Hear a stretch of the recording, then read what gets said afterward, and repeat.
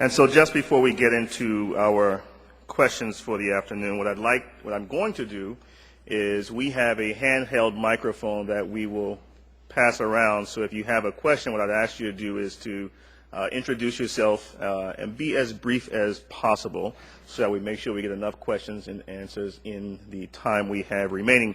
I just want to call your attention very briefly to just some fundamental core issues as far as the collective, as far as the campaign for high school equity is concerned. There are four basic policy priorities or recommendations that the campaign as a whole thinks are fairly important. The first, we believe that high schools should be held accountable for student success. And if we begin there, if we begin just at that point, then everything else should flow. Everything that goes on in the teaching and learning process, all of the inputs, everything in terms of structure and how a school is organized, what happens throughout the day, if everything is geared towards student success, towards student graduation, then everything that we do, whether it's how we serve ELLs or anything else, will flow accordingly. Secondly, we believe that high school should be fundamentally redesigned. And part of what that means is that if we determine that it's necessary to be rather innovative, doing things like utilizing literary coaches or trying to find more and more creative ways of bringing parents into the school in larger numbers and with more frequency, whatever we determine to be necessary to get at this important issue, we think it's important to redesign high schools fundamentally so that we get further down the road to where we need to be. We also think it's important to make sure that our young people have access to excellent teachers, excellent staff and administrators, and excellent leaders. And for us, the concept of leadership is extremely important. And it doesn't only connote administrative leaders, but really teachers are important leaders as well. But the critical part of that is that it's not just a question of distribution of teachers, but it's also a question of making sure that teachers have the right kinds of support, which is also an issue that very often we don't talk about. Peter touched on it a little bit earlier when he mentioned the fact that in many cases the teachers with the least amount of experience and or seniority often are the ones that are directed to teach the kids that need the most help. We need to make sure that all teachers, particularly those who are teaching poor students and students of color, have all of the supports they necessarily need to be successful and to help those young people to be successful. And then finally, we think it is absolutely important that all schools have access to equitable learning conditions, and that whatever we can do from a federal policy standpoint to ensure that resources are allocated to schools in an equitable fashion across the board, that impacts very directly how successful students are. Some of you who may be from the area will recall about a year or so, actually about 3 years ago, some young people got together and did a project in Baltimore where they actually went around with cameras and they photographed their schools. They photographed the facilities. They photographed the bathrooms, the crumbling sinks, the holes in the ceilings in their classrooms. And what they were really doing was they were trying to demonstrate in a very real way, if you want us to learn, think seriously about the conditions in which we are supposed to learn and ask yourselves if that is in fact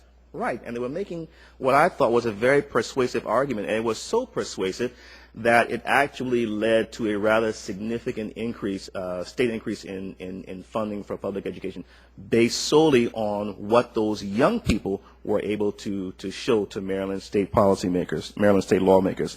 So again, for the coalition, those are our four basic policy priorities that cover the issues of how we better serve ELLs under NCLB.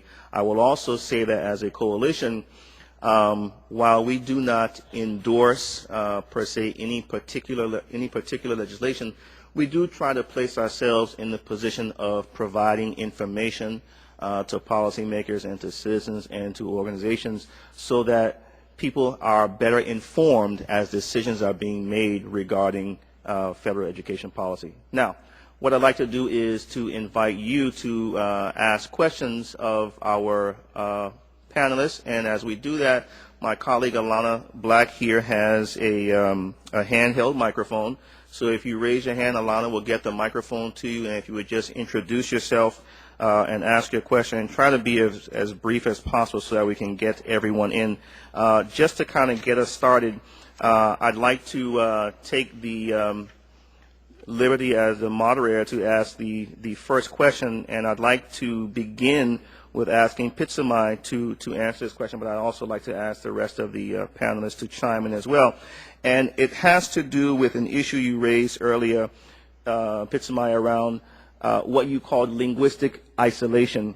I wonder if you would comment just a little bit more on this issue of linguistic isolation, and how it may also relate, or may not relate, to cultural isolation, and how we sort of see the impact of the two in the classroom and in our communities, and how we might address that.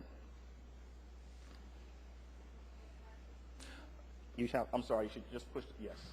Okay, thanks. The linguistic isolation really talks about if you go into someone's household, what's the language of use, right? And so in the majority of the Southeast Asian communities, it's not going to be English. And so think about how we use English in every single aspect of our lives. And so when they can't get information in terms of with school, it's just like the basic stuff like the school system. They don't know what a principal does. They don't know what the role of standardized testing is. They don't know the role of AP classes. Because if you don't know the language, you can't have access to this information. And so the parents are hardworking individuals who go to work and they come home, and they expect the school system to be the ones who sort of teach the kids all they need to know. But in the U.S. school system, there's this whole need for this parent-teacher and parent-school collaboration. So there's a certain amount of expectation that the parents need to do some part. And for them, they're like, we are doing our part. We're making sure that they're clothed. We're making sure that they're fed. We're making sure that they have a safe place to be at night. And so they've done their part. And so the linguistic isolation is that also they don't have the language capacity. So if they go to the school, there's nobody who speaks Lao or Hmong or Vietnamese. In only certain communities where you have enough of them in the area, so like in Westminster, you have a large Vietnamese population. But if you're a Vietnamese in Vermont, do you think you're going to have a Vietnamese translator? Or in St. Louis or in Alaska? So it's really about making sure that people have access to these type of information that we take for granted.